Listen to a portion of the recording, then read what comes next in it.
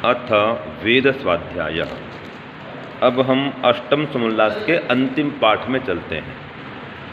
अब इसमें क्या आता है प्रश्न में कि जिन वेदों का इस लोक में प्रकाश है उन्हीं का उन लोकों में भी प्रकाश है व नहीं। तो उत्तर दिया स्वामी जी ने, उन्हीं का है। जैसे एक राजा की राज्य व्यवस्था नीति सब देशों में समान होती है, उसी प्रकार परमात्मा का राजेश्वर की वेदोक्त नीति अपने सृष्टि रूप सब राज्य में एक सी होती है। ये स्वामी जी लिखते हैं सत्यार्थ प्रकाश में कि जैसे इस लोक में वर्तमान सृष्टि में इस संसार में वेद का प्रकाश हुआ है, वेद को पढ़ते पढ़ाते हैं, वेद का ज्ञान विज्ञान, वेद का संविधान वास्तव में लागू है, ऐसे हर सृष्टि में हर लोक लोकांतर में उन्हीं वेदों का प्रकाश है। वही चारों वेद ही हर सृष्टि में मिलते हैं। ये स्वामी दयानंद प्रमाण देते हैं। और जैसे एक राजा, उसकी नीति सभी नगरों में सभी उसके अधीनस्थ राज्यों में वही नीति होती है, ऐसे परमात्मा सब संसार का राजा है, ब्रह्मांड का राजा है, सभी लोकों का राजा है। तो हर लोक में सभी जगह एक परमात्मा की नीति होती है, तो वेद की नीति होती है, वेद का संविधान चलता है। आगे प्रश्न आता है, जब ये जीव और प्रकृतिस्थ तत्व अनादि और ईश्वर के बनाए नहीं हैं, तो ईश्वर का अधिकार भी उन पर न होना चाहिए, क्योंकि सब स्वतंत्र हैं, सब स्वतंत्र हुए। अर्थात प्रश्न में आया कि ये जीव और प्रकृति तो बनाए नहीं परमात्मा ने, ये अनादि हैं, जब नहीं बनाए तो इनमें ईश्वर का अधिकार भी नहीं होना चाहिए, सब स्वतंत्र हैं वो। तो ये प्रश्न करता है। तो उत्तर स्वामी जी लिखते हैं, जैसे राजा और प्रजा समकाल में होते हैं और राजा के अधीन प्रजा होती है, वैसे ही परमेश्वर के अधीन जीव और सब जड़ पदार्थ हैं। जब परमेश्वर सब सृष्टि का बनाने, जीवों के कर्मफल को देने, सबका यथावत रक्षक और अनंत सामर्थ्य वाला है, तो अल्प सामर्थ्य भी जड़ पदार्थ उसके अधीन क्यों न हो। इसलिए जीव कर्म करने में स्वतंत्र, परंतु कर्मों के फल भोगने में ईश्वर की व्यवस्था में परतंत्र है। वैसे ही सर्वशक्तिमान सृष्टि संहार और पालन सब विश्व का करता है। ये स्वामी जी ने बता दिया कि भले ही प्रकृति अनादि है, जीव अनादि है, इनको परमात्मा बनाता नहीं है, लेकिन ये परमात्मा के अधीन है।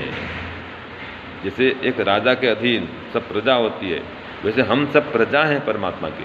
परमात्मा हम सबका राजा है और वो हम सबका रक्षक है, हमारे कर्म फलों का प्रदाता है, अनंत शक्ति सामर्थ्य ज्ञान विज्ञान बल वाला है। तो हम तो अल्प सामर्थ्य वाले हैं, अल्पज्य जीवात्मा है, उसकी सहायता बिना कुछ भी नहीं कर सकते। वो हमको शरीर देता है तब कुछ कर पाते हैं, नहीं तो हम पलक भी झपक नहीं सकते, आँख भी नहीं खोल सकते। तो हम परमात्मा के अधीन हैं, वो हमको शरीर में भेजता है तब कुछ कर पाते हैं, और वो कर्मफल देता है तो ले पाते हैं, नहीं तो हम अपनी इच्छा से कोई शरीर में जा नहीं सकते। तो ये परमात्मा की व्यवस्था है। तो परमात्मा ही हमको कर्मफल प्रदान करता है और वही सृष्टि को बनाता है, वही चलाता है, वही नाश करता है, वही वेदों का ज्ञान देता है और हमारे अच्छे बुरे कर्मों का सुख दुख फल प्रदान करता है। इस प्रकार परमात्मा ही इस संसार का पालन करता है, धारण करता है, संहार करता है और उत्पत्ति करता है। ये स्वामी ने बता दिया। तो ये विषय पूरा हो गया अष्टम समोल्लास का। आगे तो विद्या विद्या बंध मोक्ष विषय हम पढ़ लिए थे, तो ये 8वां समोल्लास ये पूरा हुआ सत्यार्थ प्रकाश का। ओम शांति ओम शम। प्यारे भाइयों बहनों, सादर सप्रेम नमस्ते। आज हम अंतिम भाग 61 पर पहुंच गए हैं। आज हम समापन कर रहे हैं सत्यार्थ प्रकाश के इस अष्टम समोल्लास का।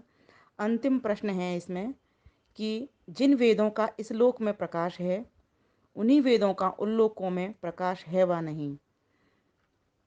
और एक और प्रश्न है, जब ये जीव और प्रकृतिस्थ तत्व अनादि और ईश्वर के बनाए नहीं, तो ईश्वर का अधिकार भी इन पर न होना चाहिए, क्योंकि सब स्वतंत्र हुए। तो इन दोनों प्रश्नों के उत्तर का इस भाग में, इन दोनों प्रश्नों का उत्तर हम इस भाग में देने का प्रयास कर रहे हैं। तो इससे पहला जो हमारा प्रश्न था वो यह था कि जैसे इस देश में मनुष्यादि सृष्टि की आकृति अवयव है, वैसे ही अन्य लोकों में होंगे व विपरीत। तो इसका उत्तर दे दिया था सिद्धांति ने कि ठीक जैसे इस लोक में मनुष्य आदि प्राणी बनाए हैं, वैसे ही अन्य लोकों में भी होते हैं। तो इस प्रकार से समझना चाहिए। तो आज का जो प्रश्न है बहुत ही महत्व का है कि जैसा ज्ञान वेदों का हमको इस लोक में दिया है, क्या वैसा ही वेद ज्ञान अन्य लोकों में भी ईश्वर देता है या कुछ उसमें भी अंतर पड़ता है? तो इसका उत्तर दे दिया है कि आइए मैं इसको काव्य से कहती हूँ। पूछ रहा है प्रश्न पूर्व पक्ष, क्या जैसा वेद ज्ञान इस लोक में वैसा अन्य लोक व नहीं? पूछ रहा है पूर्व पक्ष, उत्तर देता अब सिद्धांति। अब उत्तर दे रहा है सिद्धांत पक्ष, जैसा वेद ज्ञान हमको दिया वैसा अन्य लोक भी देता, भेद भाव ना पक्षपात कोई, एक समान ज्यों राज्य व्यवस्था, एक समान ज्यों राज्य व्यवस्था। ठीक वैसा ही वेद ज्ञान अन्य लोगों को भी देता है। जैसे एक राजा की राज्य व्यवस्था नीति सब देशों में समान होती है, उसी प्रकार से परमात्मा भी जो राजराजेश्वर है वह वेदोक्त नीति अपने सृष्टि रूप सब राज्यों में एक सी ही प्रदान करता है, क्योंकि उसकी तो सारे ही ब्रह्मांड में जहाँ जहाँ सृष्टि रची है सब उसकी ही बनाई हुई हैं, सभी उसी की प्रजाएं हैं। तो सभी के लिए समान वह वेद ज्ञान भी देता है, सभी को एक सा बनाता भी है और सबको एक सा ज्ञान भी वो देता है। तभी सभी फिर अपनी अपनी बुद्धि के अनुसार उस काम को करते हैं, फिर कर्मों का फल भोगते हैं वो। तो इस प्रकार से यहाँ पर ये बताया गया है। तो आगे कहा, जैसा वेद ज्ञान हमको दिया वैसा अन्य लोक भी देता, भेदभाव ना पक्षपात कोई, एक समान ज्यों राज्य व्यवस्था। तो फिर प्रश्न कर दिया पूर्व पक्ष ने नया, जब जीव प्रकृति प्रभु के न बनाए तो अधिकार प्रभु क्यों कर? अति उत्तम यह प्रश्न नया पूर्व पक्ष पूछ रहा उत्तर। क्या प्रश्न पूछा? जब ये जीव और प्रकृतस्थ तत्व अनादि और ईश्वर के बनाए नहीं हैं, जैसे हम कहते हैं ना कि जीव और प्रकृति और परमेश्वर ये न बनते हैं न बिगड़ते, इनका ना नाश होता, ये तो तीनों ही अज हैं, है ना? तो फिर कहा कि जब ये तीनों ही परमात्मा तो बनाता नहीं, तो फिर परमात्मा का इनके ऊपर अधिकार भी नहीं होना चाहिए, क्योंकि सब स्वतंत्र हुए। तो बढ़िया प्रश्न पूछा है ये। तो सिद्धांति देखो कितना अच्छा उत्तर दे रहा है इसका। जैसे प्रश्न क्या था? जब जीव प्रकृति प्रभु के न बनाए तो अधिकार प्रभु क्यों कर?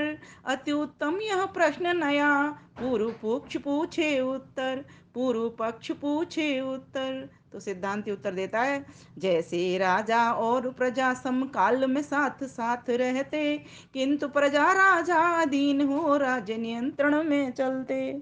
जैसे राजा और प्रजा समकाल में रहते हैं, एक काल में, जैसे अब हमारे राजा को देखो और हमें देखो, तो हम किसके अधीन चल रहे हैं? हम राजा के नियमों के अनुसार चल रहे हैं, नहीं चलते हैं तो पनिशमेंट पाते हैं।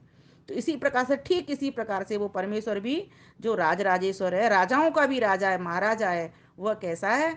उसके भी न्याय नियंत्रण में हम सबको चलना ही पड़ता है। अगर नहीं चलते हैं तो हम भी पनिशमेंट और दंड पाते ही हैं भोगों के रूप में। तो यहाँ यही बताया गया है कि जैसे राजा और प्रजा समकाल में साथ साथ रहते, किंतु प्रजा राजा अधीन हो राज्य नियंत्रण में चलते। जबकि हम कर्म करने में स्वतंत्र हैं, हम नियमों में चल भी सकते हैं, नहीं भी चलते हैं, और जब चलते हैं नियमों में तो सुख शांति पाते हैं, और जब नहीं चलते हैं तो उचित दंड भी राजा ने बनाया हुआ है। चोर को दंड मिलता है ना, चोर आज्ञा का उल्लंघन कर रहा है, जो कर की चोरी कर रहे हैं या किसी और वस्तु की चोरी कर रहे हैं या राज्य के नियमों का उल्लंघन कर रहे हैं, तो राजा उनको पनिशमेंट करता है ना। और यहाँ से भी छूट जाते हैं तो फिर उसको ईश्वर भी पनिशमेंट कर देता है। लेकिन वो परमात्मा तो सभी राजाओं के ऊपर भी राजा अधिराज है, महाराज है। तो वो परमात्मा भी ठीक उसी प्रकार से उसकी भी राज्य व्यवस्था चलती है, इस लोक में भी और अन्य लोकों में भी। सभी क्योंकि उसकी प्रजा हैं, सभी के कानून एक जैसे हैं, सभी के लिए वेद का ज्ञान एक सा है, ठीक है। और सभी को ठीक न्याय के अनुसार ही वो सभी को उनके कर्मों का फल भी वो प्रदान करता है। अच्छे करते हैं सुख देता है, बुरे करते हैं दंड देता है, दुख देता है। बस यही इसको समझना चाहिए। तो कहा, जैसे राजा और प्रजा समकाल में साथ साथ रहते, किंतु प्रजा राजा अधीन हो राज्य नियंत्रण में चलते, उसी तरह ईश्वर के अधीन प्रकृति पूरी और जीव अधूरा। प्रकृति तो पूरी ही ईश्वर के नियंत्रण में, क्योंकि वो जड़ है, ठीक है। लेकिन जीवात्मा अधूरा मीन्स कर्म करने में तो स्वतंत्र है, लेकिन फल भोगने में वो परतंत्र है। क्यों परतंत्र है? क्योंकि उसका अल्प सामर्थ्य, अल्प ज्ञान है उसका, इसीलिए उससे गलती भी होती है, भूल भी होती है, तो वो दंड भी पाता है। ठीक है। और भूल सुधार कर लेता है तो वो सुख भी पाता है। तो यहाँ पर यही बताया गया है। लेकिन नियमों की जो व्यवस्था है वह ईश्वर की जो व्यवस्था है उसमें वो जीव है उस बंधा हुआ है, अर्थात उसके नियम उसको मानने ही पड़ेंगे। हम सभी को परमात्मा के नियम मानने ही पड़ेंगे, तभी हम सुख प्राप्त कर सकते हैं। अन्यथा तो भोग भोग ये क्या कहते हैं, दुख भोग भोग करके हम दंड के अधिकारी बनेंगे। उसी तरह ईश्वर के अधीन प्रकृति पूरी और जीव अधूरा। जीव भले कर्मों में स्वतंत्र, अल्पज्य पूर्ण, परतंत्र फल पूरा। कर्मों में तो स्वतंत्र है, लेकिन फल भोगने में परतंत्र पूरा है वो। ईश्वर कर्ता कर्म फल दाता, यथावत रक्षक अनंत सामर्थ्य तद। ईश्वर संसार को बनाता है, कर्म फल प्रदान करता है, सबका स्वामी है, रक्षक है, अनंत सामर्थ्य वाला है। अल्प सामर्थ्य जीव भी और जड़ वस्तु भी क्यों न फिर अधीन होए तब। ईश्वर कर्ता कर्म फल दाता, यथावत रक्षक अनंत सामर्थ्य तद। अल्प सामर्थ्य जीव भी और जड़ वस्तु भी क्यों न फिर अधीन होए तब। तो फिर इसीलिए ईश्वर के अधीन है जीवात्मा कर्म फल भोगने में, क्योंकि उसका इतना सामर्थ्य नहीं है। और दूसरी बात, जड़ वस्तु तो वैसे ही अधीन है, क्योंकि जड़ वस्तु अपने आप कुछ कर नहीं सकती, उसको तो परमात्मा जिस तरीके का बनाता है वैसी वो बन जाती है, तो पूरी वो तो अधीन है। कितना सुंदर राजा प्रजा के उदाहरण से समझाया ऋषि ने, बारंबार नमन महर्षि को, सत्यार्थ पर प्रकाश बनाया ऋषि ने, सत्यार्थ प्रकाश बनाया ऋषि ने। तो आज ये अध्याय यहाँ पर संपन्न हो जाता है।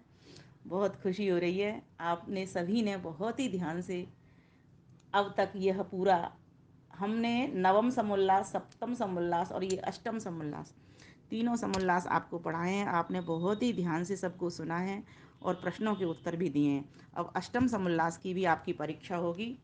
आशा है आप सभी इस परीक्षा को उत्तीर्ण भी करेंगे, और आगे के लिए फिर हम जैसा आप कहेंगे, जैसा हमने सोचा भी है और आपने, आपके पास से भी हमें सुझाव मिले हैं कि हम सत्यार्थ प्रकाश का प्रथम समुल्लास, योग दर्शन का प्रथम अध्याय, प्रथम पाद, और क्या कहते हैं उपनिषद का भी एक ईशोपनिषद से भी हम प्रारंभ करें। तो इस प्रकार से 3 विषयों को हम देने का आपको प्रयास करेंगे। धन्यवाद। नमस्ते।